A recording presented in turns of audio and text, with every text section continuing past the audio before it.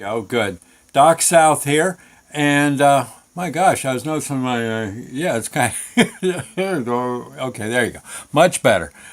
No, it's like my lip was drooping. My heavens, I don't know. Maybe it's somehow how the well, I have no clue. I feel fine. Yeah, I'm fine. Okay. Well, here let's. I got a story. I've told this story plenty of times. I know when I was on the air, and I tell it absolutely all the time at the supermarket I work at. I work in the dairy section where it's cold, and especially this time of year, as it gets so as it gets so hot outside, people always they rather enjoy going into the dairy section, and there it's let's see, we keep the product at 31 degrees. So, yeah, the area near the coolers is probably 40 or so. And inside the cooler, of course, it's, oh gosh, it's about 30, 29, 30 degrees. So just slightly below freezing. And no cooler than that. But yeah, still, that's kind of refreshing this time of year. And so people always come by and they'll say, "Oh my God, it's so hot. You're so lucky to be working where you work." And I'll tell them, how used to be. I didn't always work in cold environments in the summer. I worked in roofing on those big flat roofs. Imagine on a day when it's 100 out and you're up on a darn roof. And usually the roofs are black in color, so the heat just soaks in. Oh my God, it's awful. Oh, and dusty. Oh man. And in fact, yeah, I was thinking of the dust, and look, I'm scratching my nose. You get that dust all in your, yeah, and then you get burned by the dust. Actually, the dust on many an older roof has pitch in it, and the pitch will give you a burn that is sensitive to light. Even a lousy little light bulb coming on will like at night, yeah, will start this like fire on your skin. Oh, it's awful. What do they call it? Oh, phototoxic. Yeah, it's a phototoxic condition on your skin, meaning, yeah, the light makes it do whatever it's going to do. In this case, hurt like the devil. And then I worked in boilers. Many a day I've told those stories. It gets pretty darn hot in the upper reaches of a boiler room where all the heat's hanging out. And that darn boiler just won't stop. Well, at least you hope not. It's got to run. So people come in and they say, "Oh man, it's so hot. God, you're so lucky." And I said, "Well, yeah, I do consider this good fortune to be in a dairy section. It's nice."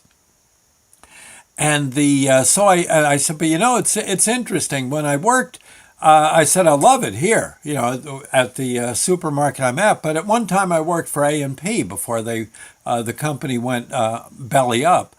And I said I was at a store down near Bud Lake, New Jersey. And some folks will say, 'Oh yeah, I remember that store.' 'Oh gosh, I remember you being there.' Yeah."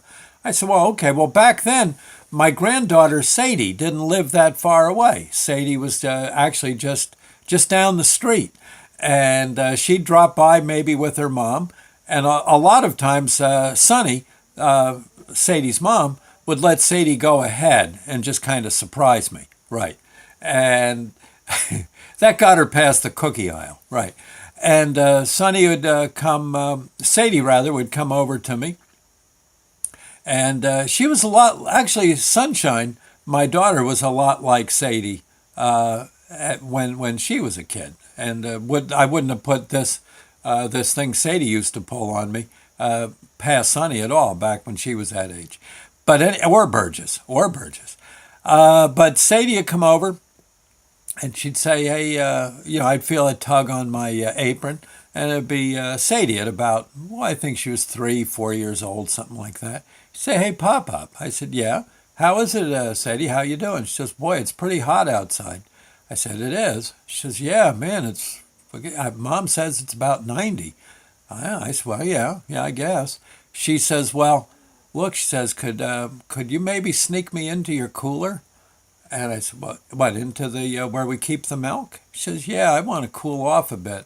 I brought my book and maybe I could read in there a little bit. I said, well, yeah, I guess. I'm looking around like it's a. I already had asked the manager if it was okay. Yeah, he said, yeah, I got you. Just put her where she won't get run over by anything. Yeah, okay, I know where to put her. And he said, it's fine with me. Smart kid, you know. He says, hey, does she need a job? No, I said, she's only 4. He said, well, like I said, does she need a job? Maybe we could have her do something. No, I said, I don't know. Sadie probably would have liked a job there, handing out flyers or something. She'd have done a good job. Oh, everybody would have got a flyer. Oh, yeah, 2 flyers. Okay, but in any case, so I'd say, well, yeah, Sadie, come on, just don't let anyone see you. She says, okay. And we go up into the cooler. Now, the cooler is a room about the size of, say, 2 living rooms. Okay, yeah, 2 small living rooms. And it's kept. The lights are kind of dim in there, but you can see okay. No real need for heavy lighting in there. There's stacks of milk in crates in one spot. There's many items on the shelf. There's pallets of eggs, maybe a pallet of product, cheese that's waiting to get processed to be put onto the shelves, that kind of thing. So what I would do is we'd go in there. It had swinging doors. Yeah, like tavern doors, only from floor to ceiling. And it's kept, like I said, 29, 30 degrees, something like that, in the cooler. So I'd get Sadie, I'd find her a clean milk crate, empty one. I'd turn it upside down. I said, well, there, now listen, you sit right here. Don't you go anywhere else in this room.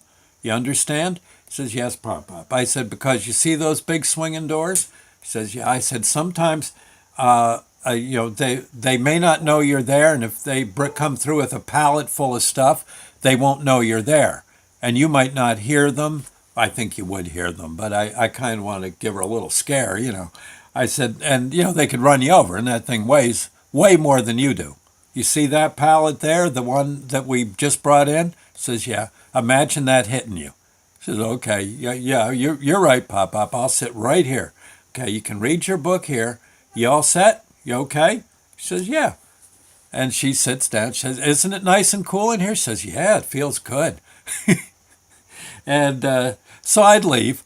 And usually I'd go back to tending to the shelf. I knew Sadie would obey. She'd sit right where she belonged. And and then, I don't know, I'd be working on a case or 2 of butter, slugging it into the shelf. And all of a sudden, I'd feel a tug on my apron again. I'm freezing. Okay, come on out.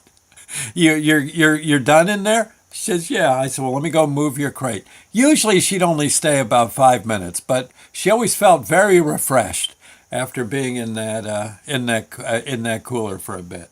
Honestly, I think you could almost, I should talk to my present manager. If we could somehow get people in there on a hot day, I think we could charge $1 a person. No one's going to stay long. It gets way too cold, unless you're moving around. Yeah, it's a little high. So, in any case, I thought you'd like that story. That was Sadie's thing. Yeah, she used to about once a week she'd come popping in during the hot season, and everybody always got a tickle out of it, myself included. Neat kid.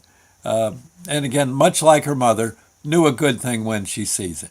Yeah, whenever she would see it. Okay, anyway, there you go. That's a wrap. God bless. I'll be heading off to the chatterbox pretty soon. We'll see you later, friends. Bye now.